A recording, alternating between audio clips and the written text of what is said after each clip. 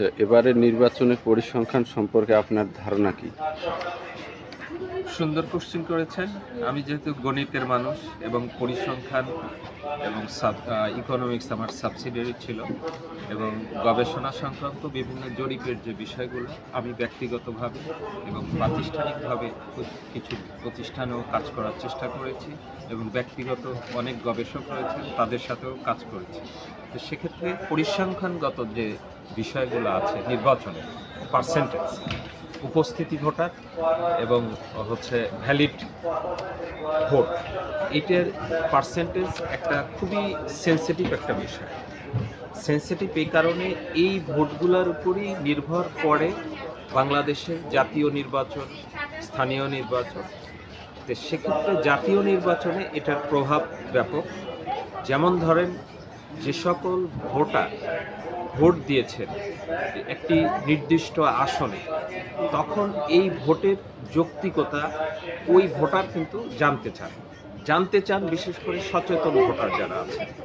সেক্ষেত্রে অন্য বিগত ভোটগুলোর কথা নাইবা বললাম, 2008-এর ভোটেও কিন্তু এই পার্সেন্টেজের একটা বিষয় ছিল একটা। তারপরে আস্তে আস্তে এটা কিন্তু একটা জায়গায় সমালোচনা বলেন, বিশ্লেষণ বলেন, একটা জায়গায় কিন্তু তৈরি হয়েছে। কিন্তু বিগত যে ত্রয়োদশ জাতীয় সংসদ নির্বাচন, এখানে ভোটের যে পার্সেন্টেজ, এটাকে যদি যারা পরিসংখ্যান নিয়ে কাজ করেন, রাজনৈতিক বিশ্লেষক আছেন, এই জায়গায় কিন্তু ভোটের যে পার্সেন্টেজ অনেক কিছুই এখানে একটা অর্থবহ মেসেজ। এই মেসেজটা রাজনৈতিক মহলে যারা আছেন তারা নিশ্চয়ই বুঝেন এবং যারা এটা নিয়ে গবেষণা করেন তাদের কাছে আরও স্বচ্ছ। তো এই বিষয়টা ইচ্ছা করলেই এই মানে পার্সেন্টেজের বিষয়ে বা শতকরার যে ভোট কাস্টিংয়ের যে বিষয়টা, এটা অ্যানালাইসিস করা সম্ভব।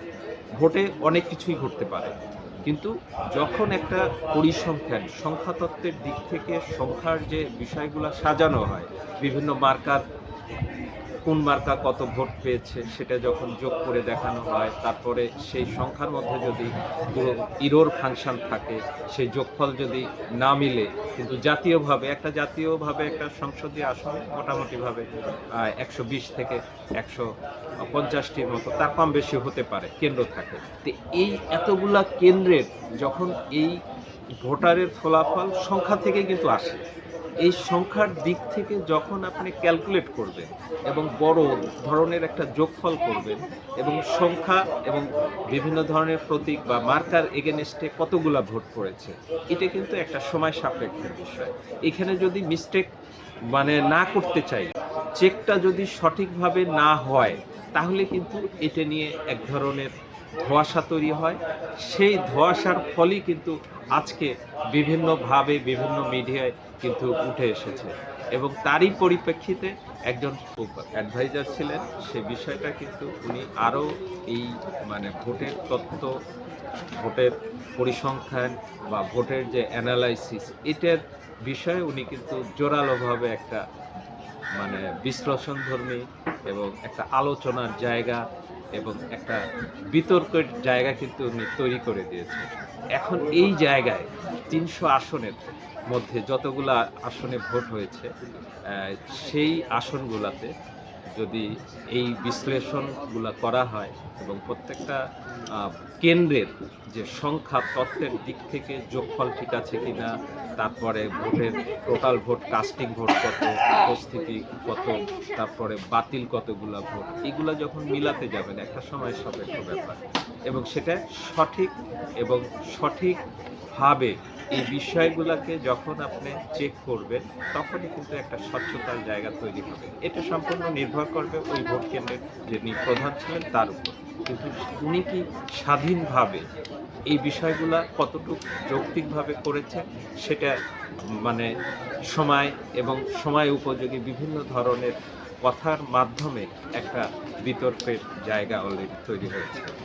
সেক্ষেত্রে এটা সংখ্যা কখনোই কিন্তু বিতর্ক করে না, কিন্তু সংখ্যা যে জায়গায় থাকা উচিত সেখানে যদি ট্যাম্পারিং করা হয়, তখন কিন্তু বিতর্কটা তৈরি হয় এবং যখন হিসাবটা সঠিকভাবে না মেলে।